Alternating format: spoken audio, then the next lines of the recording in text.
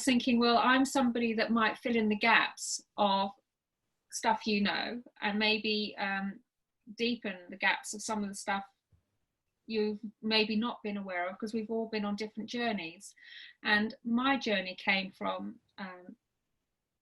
well, fundamentally I was a nurse, and before then I worked in commerce, always had a creative streak but never tried to take it further than running jam nights and singing and playing my guitar and maybe backing singing with a band or other people. And so as a nurse, I would see people coming back. That's where we were going back time and time again, and asking the question, what's happening here? Yeah. And I got tired of patching people up and tired of working in the conditions that I was working, and night shifts didn't agree with me. And I decided to train as a psychotherapist. When my world fell apart, I discovered something called Transactional Analysis, which is a humanistic psychology, but languaged in a way that we can, as lay people, all of us, understand it better. And it's, the concepts are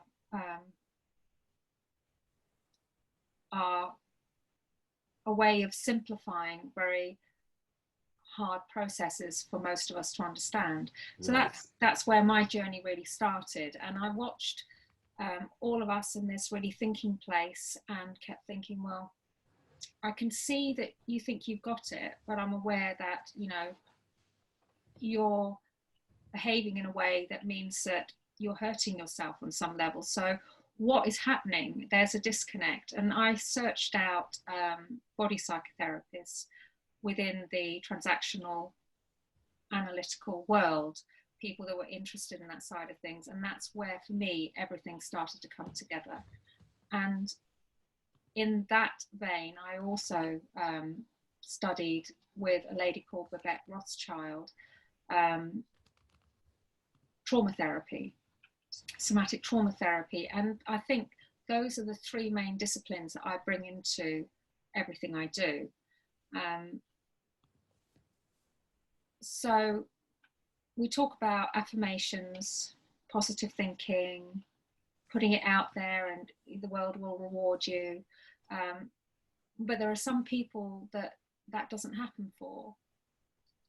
Or there are some people that happens for a short period of time, and then they're back to the same old place. And so those are the things I'm interested in. So in a way, so that I'm saying that might complement some of the areas that you work in, which is, I think, one of the reasons I didn't go into the coaching world, you know, because you earn more money in the coaching world than you do as a you know, a counselor or a therapist or something like that. So I think I stuck with what I felt was important for me, and that was to understand the deeper, wider picture. So that's kind of where I come from. Right. Thank you for sharing that. It really makes it a lot clearer. And you know, as I said before, it was important for me to invite you to share, because I have a sense that a lot of these kind of self-help, mindfulness kind of groups can often descend into this place of happy memes and people just sharing from their experiences. And it's valid because it's your experience and you've lived it, and of course, but I love to get that balance of a bit of science, a bit of research, if at the least to encourage people to go off and continue their own research behind it. So it's great to have someone like yourself share ideas about where we could have a rummage, shall we say. Yeah, and that's where you and I really fit, because it's about balance. It's about research, what works, or even working in the field and creating your own research, knowing what works and what doesn't work, and getting curious. And like you, I really like to empower other people to find their path or find their way. I personally, as you do, get a lot of pleasure in that, and I think that's what connected me to you when we first met, really, that I could see that you were somebody that just was accepting of others and wanting to learn and grow and be part of other people's journeys that way as well. So thank you. Yeah. So on this journey, this discussion around self-affirmation, I wanted to share a bit more about this savers practice that we've been Yeah. doing. Yeah, Uh, I've tried to remember what it all stands for, because I did it with you one morning, didn't I, with you? And I really enjoyed it. Yeah. Thank you. Yes, it came from a book by a guy called Hal Elrod called The Miracle Morning, and it's 10 minutes of silence, affirmations, visualization, exercise, reading, and scribing. And personally, for me, I found that it allowed me the time to be still, to connect with myself, to listen, to become aware, Mhm. and then to slowly flood myself with this positive energy and an intent, an intent to focus, to get things done, and become active. And that action may be just to recognize that I don't need to do anything at all, Mhm. or it may be to create new goals and figure out how to inch towards them. And so that, and doing it with consistency, assessing how you're getting on with that, and really taking time to notice really made a difference for me. And I'm glad that sharing it in the group has helped people. Can we talk a little bit about the affirmation side of it? Because there've been a few questions from group members around, what's it actually doing? What's actually happening? Affirmations, yes. So what it's doing is changing the neurological connections in the brain. And if you do it enough, you change the negative messages that you've incorporated in your life through various felt recept. You've received it from various places, whether it's been verbal or a non-verbal, and it's not necessarily what someone may have said or not said, but it can be how somebody's taken it on board, because we're not born a blank slate. We're born with our own individual DNA and brain cell memories and all of that kind of stuff. And that's one of the reasons I love transactional analysis, because it gives you the opportunity to look at the human being on that very deep level, Yes. the non-verbal level. So, as does body psychotherapy as a tradition itself in itself. So, so for most people, by having an affirmation that's about yourself, you've got to believe it, you've got to want it. It needs to be more in the here and now, placed in the here and now. You can project into the future, but starting small and then build up. That's a valuable process to happen. But what happens when somebody is counteracting their affirmation about themselves? What happens then? Because it feels to me that's when people get stuck and blocked, and potentially not only stuck and blocked, but potentially they start saying, well, I'm a fake, I can't do this, whether they verbalize it or not. And then what happens to their inner psyche? And then it's kind of that potential downhill spiral, and then they try and come back up, and there's that potential of thinking that they can't do it and they can't get anywhere, and then they'll get busy doing something else and not doing affirmations. And I can relate to that myself on some level. I used to try and meditate and go to the Buddhist center in an area where I lived, and I'd fall asleep because my brain needed more activity, and I managed kind of visualization journeys, because then it gave my brain something to focus on, because it was always so busy. And affirmations were something that I would say and do. Would I necessarily believe it? Probably not. And there is a belief that if you fake it enough, you'll make it. But I'm not sure that's strictly true. For some people it might be, and for other people it isn't. And because we then need to work with our inner child, which takes it on a slightly deeper level. So now you've put something else in the mix here. Yeah, sorry. I'm a bit No, like... no, this is why you're here. This is what it is. Okay, so what do you mean when you refer to the inner child? Right. So what I mean is, we have, so if I language it from the transactional analysis perspective, it's a very easy thing to language. Us as a human being, it's a lot more complicated. This is a very simple diagram. We are those three ego states. And to function healthily, we have to be able to go between those ego states in a nice, free-flowing manner. So your parent side in a healthy person might be nurturing and or need to follow some rules. Your child ego state might want to be creative and play, but you wouldn't be creative and playing while you're at work. So you'd probably take, well, it depends what work you do, but you might need to be a bit sensible. So then you'll need your adult ego state to kind of add the facts and figures and whatever it is. So you function between those ego states in a healthy person, but I haven't met any of those, including myself, because we get stuck, you know. That's part of our journey as a human being, and I believe it is all about learning. So our child ego state has received all these kind of messages, and depending on the amount of I don't like to word it in a negative way, early disturbance means that you have less of a chance to counteract those negative messages. And one of the things I say to people when they come to therapy is, yeah, you want to be here. Oh yeah, I want to be here. And I say to them, and 60% of you is going to fight that. At least 60% of you is going to fight that. So the work isn't just with the part of you that wants to be in therapy.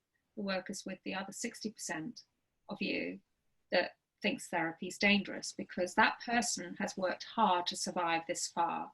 And you and I, the part of you that wants to be here, needs to help that part of you trust that you can survive doing it differently. And we work that way in a very, very tentative way. And so my clients do affirmations. I do affirmations. I say things to myself like, no, I'm not going to tell myself off for that. It was an accident. And that's how we start affirming ourselves. And I think that early work, to be able to really receive those messages in a positive way, change your brain plasticity, I can never say that word, is an important part of really benefiting from affirmations. Great. You know, I love the way you broke that down.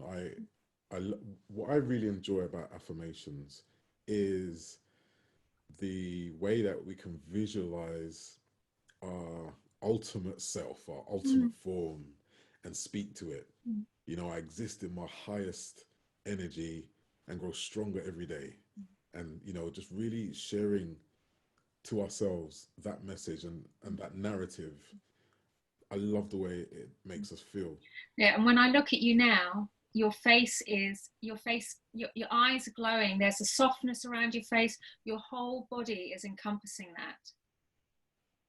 Absolutely. Yeah, and I think that's what your savers, if I break down, you know, because I've done it once with you guys, and I was trying to memorize it all, and I'm no good at that. I kind of have to feel, I'm kinesthetic, feel my way through things. And but it felt like a whole body experience. And that is what I think is a very valuable part of what you have been doing. Thank you. The other side to what I really enjoy about the group is the sharing of tools people can explore to assist with dealing with stress, anxiety, and so on. And of course, it doesn't replace any kind of medical advice and so on that you've been given. It's just something for you to explore if it's safe for you to do so. And so I wondered if there was anything you'd like to share, any techniques or ideas that we could explore. Yeah, I had a thought about that. So that I take techniques from the stuff I've learned really through the the trauma world, and grounding, because when you were talking about being able to take on board the affirmation, the process, you know, and you were glowing, you know, when somebody is not in a grounded place and they're slightly in a survival place, it's a lot harder to do. So a very simple technique for grounding is to literally go through all your senses. So it's simple to remember that. So if you go through all your senses, and you can make it last as many minutes as you need or want, and get your feet flat on the ground, and imagine that your toes are connecting to the earth. And if you clutch your toes and release into just the floor, even if you've got shoes on, it doesn't matter, and just clutch your toes and release, and then breathe, and slowly breathe in and out, very, very slowly, because that kind of helps your vagus nerve, your parasympathetic, all of that to respond, bring down the adrenaline, bring down your respiration rate, and then you can just bring yourself down. And when you've done that for a while, and you just keep imagining roots growing from your feet down into the earth. And then it doesn't matter which senses you start with first, really. You know, I think the eyes are probably the best one. And if you kind of look around wherever you are, like I'm looking around the room now, and so I'm focusing on, I love this mug. So I'm focusing on something I like, it makes me feel good. So I'm kind of relaxing, and it's got dragonflies. And if I look at it and kind of sharpen my vision, really sharpen it, and try and see all the detail in it. And I can spend as much time as I want doing that. And if I feel anxiety coming up, just keep deep breathing. And then I can try playing around, softening my vision and making it all go blurry, which is kind of fun to do. And then I sharpen my vision, and yeah, and then I'll come back to myself. And then maybe the next thing I will do is listen. So I listen for noises in the room. And then I play about with listening with noises outside the room. So the noise in my room is a clock. I can hear it ticking.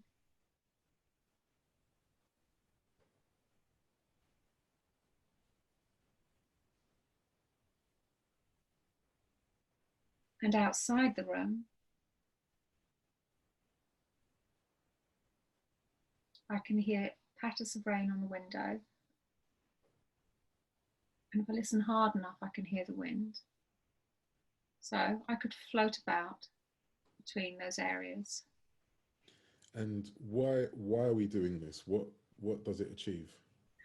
It gets you fully back into yourself, and it calms your nervous system down. So it's about, is it an awareness exercise, would you say? Or Awareness. what do you mean by it gets you back into yourself? What does that mean? Okay, so awareness and hormonal. I would say it's a hormonal system as well, because you're getting your hormones to settle and come into balance. So I wouldn't say, yeah. So awareness is probably part of it, but I would say it's a more whole body experience. So we've done the hearing, we've done the sight, smell. So you smell. Right, got you. Yeah. Okay, and this experience of grounding, what is happening there internally to us as we visualize literally becoming like a tree connected through roots with the earth? Yeah. What we're doing literally is grounding ourselves. So so that our autonomic nervous system and our pressure cooker, so if I talk about kind of our pressure cooker of stress, is brought right down. You then go to taste, And if you feel something like yourself, your legs, the material of your clothes, it's bringing all your senses together to bring you back to yourself. Awesome. Right. Okay. So it works. Yeah, I probably haven't explained it, but it works. No. The whole body, your hormones, your probably your vagus nerve, which is a very important part of de-stressing.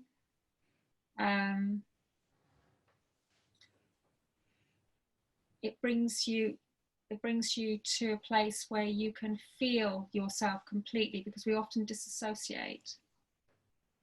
So it's kind of, I'm in my body. So if I feel my legs and feel my trousers, the material slightly rough, what temperature am I? Am I hot or am I cold? So if you spend a few minutes just going around that cycle, it can bring you down quite fast from being up there stress-wise. Got you. Awesome. That's really interesting and very helpful. I wanted to thank you again for your time today, and these very simple tips and ideas around what we can do to ground ourselves, to find ourselves when we're feeling a bit out of alignment and so on. I just wanted to say, sometimes when I think about needing to ground, I almost imagine like I'm a helium balloon at times floating away on a string and just pull it all back in. Yes. Back to Yeah. earth. Yeah. But that's my imagination for you. No. I mean, actually, on some level, you've really hit a nail on the head. That's a helium balloon. You've hit something that's quite important, because the lady that trained me used the analogy, a metaphor of a Coke bottle. If you shake the Coke bottle, you don't want people to go into relaxation like that, because they splay out. Yeah. I think that's probably what I was trying to say about getting back into your body. We need to be fully in touch with ourselves. So when you're relaxing, you need to, especially if you're out there a little bit, you need to just release some of the pressure and release some of the pressure and release some of the pressure until you bring yourself down. Got you. That makes a lot of sense. Yeah, so our bodies do need to feel solid.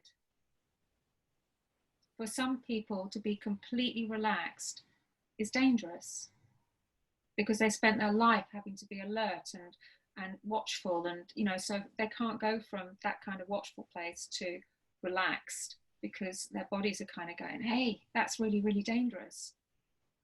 I love that analogy of the Coke bottle. Well, Jay, thank you so much for your time today. But I've enjoyed being part of your community, and I do hope that I managed to get in and have another morning with you guys. So yeah. Sounds good. We're going to have to hook it up. I know.